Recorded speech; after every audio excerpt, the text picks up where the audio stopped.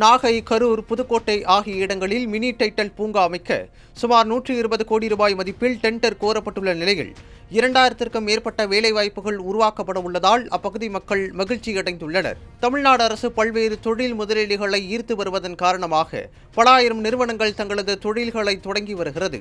அந்த வகையில் கடந்த 2020ஆம் ஆண்டு முதல் டைட்டல் பார்க் தமிழகத்தில் தொடங்கப்பட்டது. தற்போது மாநிலம் முழுவதும் பெரிய டைட்டல் பார்க்குகளும், மினி டைட்டல் பார்க்குகள் மற்றும் டைட்டல் நியோ பூங்காக்களும் அமைக்கப்பட்டு வருகிறது. அனைத்து தொழில் நிறுவனங்களும் சென்னையில் மட்டும் தொடங்காமல் தமிழகத்தின் அனைத்து இடங்களிலும் தொடங்கும் வகையில் டைட்டல் பார்க் உருவாக்கப்பட்டு வருகிறது.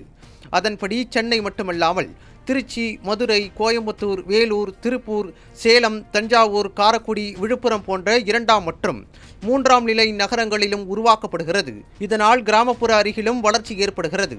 மேலும் இளைஞர்கள் சொந்த ஊரை விட்டு சென்னை, பெங்களூரு உள்ளிட்ட வெளியிடங்களுக்கு செல்லாமல் உள்ளூரிலேயே வேலையை பெற வாய்ப்பானது உருவாக்கப்பட்டு வருகிறது. இந்த நிலையில் நாகப்பட்டினம், கரூர், புதுக்கோட்டை ஆகிய இடங்களில் மினி டைட்டல் பூங்கா அமைக்க டெண்டர் விடப்பட்டுள்ளது.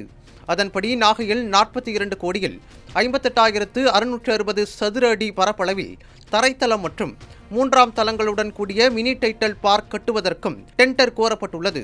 மேலும் கரூர் தரைத்தளம் மற்றும் 4 தளங்களுடன் கூடிய மினி டைட்டல் பார்க் 37 கோடியில் 64,000 சதுர அடியில் அமைக்கப்பட உள்ளது. தொடர்ந்து புதுக்கோட்டை நத்தம் பண்ணையில் 37 கோடியில் 60,386 சதுர அடியில் டைட்டல் பூங்கா உருவாக்கப்பட உள்ளது.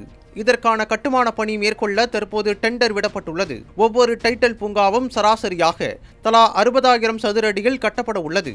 இதற்கான திட்ட செலவாக சுமார் 120 கோடி ரூபாய் என மதிப்பிடப்பட்டுள்ளது.